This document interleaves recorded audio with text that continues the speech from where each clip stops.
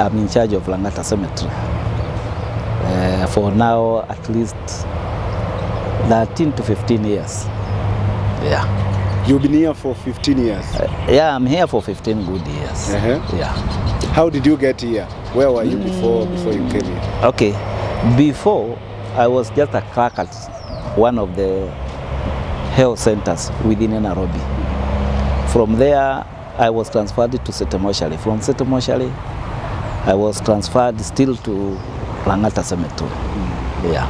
Upper Langata, basically, what do you do on a daily basis? What happens here? Okay, in Langata, our main job is grouped into 3 categories. We have burial, second one is exhuming, and the third one is cremation. We have a lot of stories about Langata Cemetery. A lot of stories that most of them are scary. Yeah. Even me, I had all those stories about Langata. Even before I came here and after I came here. But with the experience of 15 good years, I came to realize that all those are just lies. They are stories. But those stories most of the times comes out of how we are brought up. We are brought up in a society which shows us that graves is not something you can pray with. Iko na madhara, iko na mambo mingi, but that is not the issue. Graves is just a grave. In whichever way you understand it, is nothing there. It's just a lad. We put a stone to show there is somebody who was buried there, and nothing more. One of the things being said about this place, is that it's haunted. Iko na mazinga ombwe. Ebu tell us, have you encountered anything like that? Okay. Those are just stories. There is nothing here. This place is like any other place. Hakuna what ama what. Ate utaona nini ama nini. Second, when you die, and that's the end of you. So the things you tell me that you see the spirit, the what, there is nothing. Hata kama ni usiku, there is nothing. It's a very peaceful place. And mostly, usiku kuna kuanga aje hapa? Just like the day. The only thing you can come across with is just animals from animal orphanage. That's our neighbor. No, nothing to do with anything related to a human being. That is nothing. There is none. But wanyama, wanyama kama dogs, you can see dogs moving around, ama passing through the cemetery. But to tell me that you see something related to a human being, that is none. Yeah, those are stories. Because I came to realize that there are some people who wanted to make others fear for their own gain. Yeah. Gain like what, for instance? Okay, gain like one. Maybe there is something in future you wanted to do, and the place you can't meet people joking around is cemetery. So most of the people tend to take cemetery as if it's a feared place. So they create things to make other people fear, so that in the cemetery is not a place you can play on. So you can pass there and do if you wanted to do your bad things, you can go there, you can pass through there and do it, because there is no one who is passing through there. But fortunately enough, as the day goes by, people are going to realize that all those are lies. And the people come to start realizing that grave is just like any other place. There is nothing to do with it is only things to do with graves, nothing more. Not that there is a spirit, there is nothing like that, nothing like that. Yeah, it's just a very cool, a peaceful place to work on, and the life goes on. Yeah.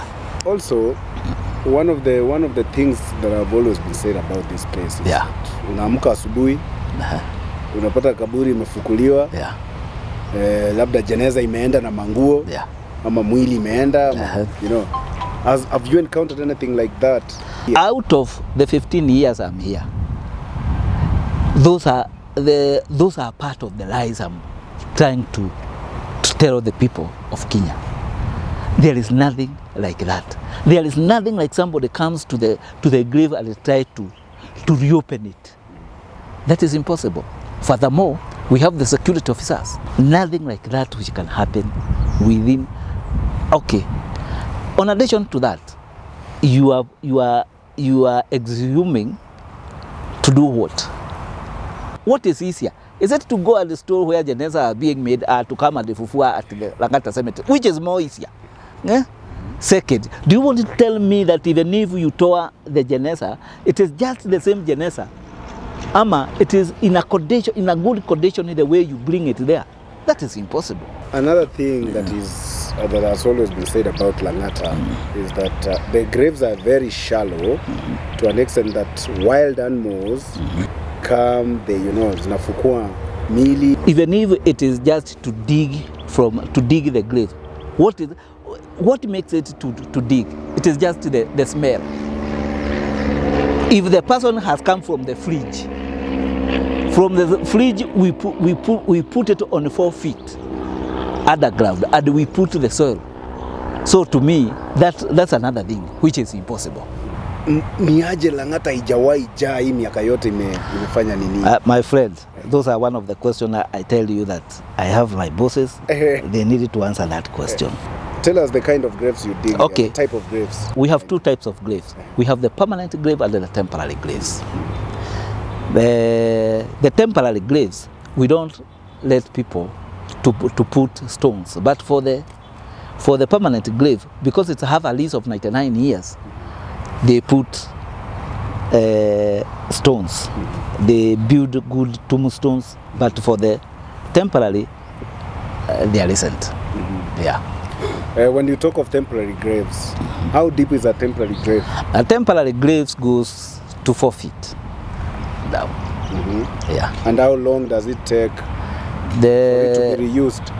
You know, at the moment, due to the scarcity of land, it goes to 10 to 20 years up. For the bigness of the cemetery, the cemetery is something to do with 120 acres. So that's a good space. How many people work here in this cemetery? At the moment, the number is too low. I think we have 6 people. 6? Yeah. That includes the people who dig the graves? Yeah. Yeah. You feel like you are understaffed? Yeah. The procedure for burying at Langata, 1, you might face it before you pay, or you go directly to the city mortuary. That's where our cash office is. For the permanent grave, if at all is an adult, it's 30,500. That's the person who died within Nairobi. 40,000 is the person who died outside the Nairobi County. 50,000 is for the foreigner. Yeah. But all the cost is being made at city mortuary. Yeah. For temporary grave, adult, 7,000. It doesn't matter where you died. What is that one thing unajua watu wanasema kuhusu Langata which is not true and you want to demystify right now? Kitu ya kwanza, ati tunafufuaga mili. 1, that is 1.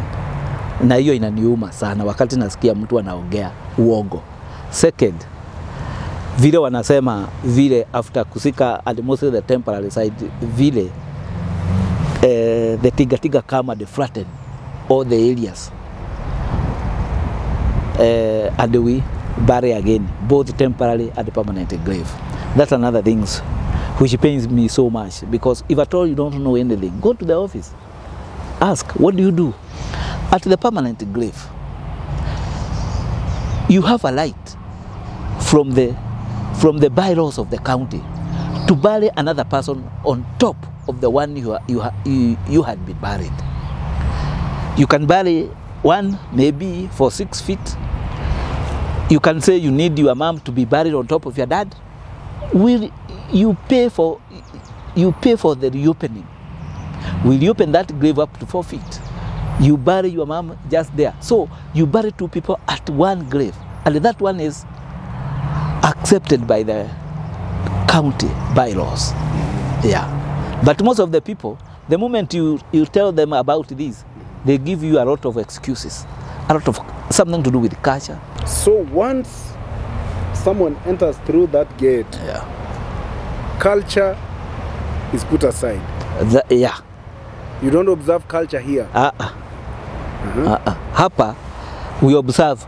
You have paid, you have the grave, you bury. Unless there is some other things according to your culture you do when you are burying. We can't tell you not, provided you are burying and you are burying at the right time. Which is the weirdest thing you ever saw from people who are burying their loved ones? One is fight. Because maybe there is a group who don't want it to bury here, and there is another group who want to bury here because of different reasons. Yeah. And that's why I'm saying, let's first try to understand what is the death. Yeah. The moment we understand what is the death, we are going to live in a very good way. Wewe ni mtu una spend most of your time in graveyards, you know, doing this work. I don't know, have you faced this kind of discrimination? Watu wanafeel kwamba this is odd. One, it is not like that on my side. My side, people take as if I don't take things the way they are taking, because I work within the cemetery. Since I started working within the cemetery, I take things so lightly. And in the real sense, things need to be taken so lightly. First, like burying. I always say, don't remove me in Nairobi. I'll take me to Geshagi. To do what? Yeah. If you want to take me to Geshagi, take me when I'm alive.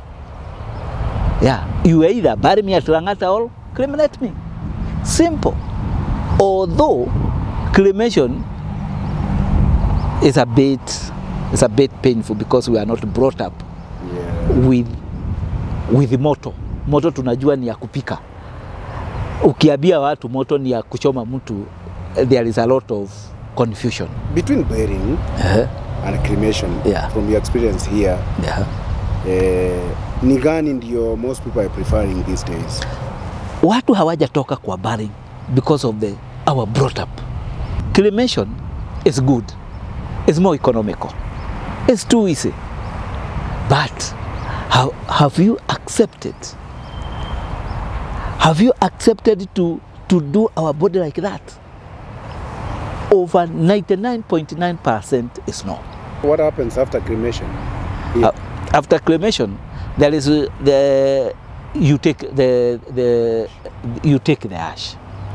Although there is another thing which is so what can I put it? Which is so complicated here. Most of the people who want to be buried, they don't finish that statement. Wanasemanga mimi nataka kushomwa. And that's that. So wenyewe wanakuja wanamshoma, lakini hawakusema jivu tutapeleka wapi. So where do people take it? Most of them they leave it. Kwa sababu hakusema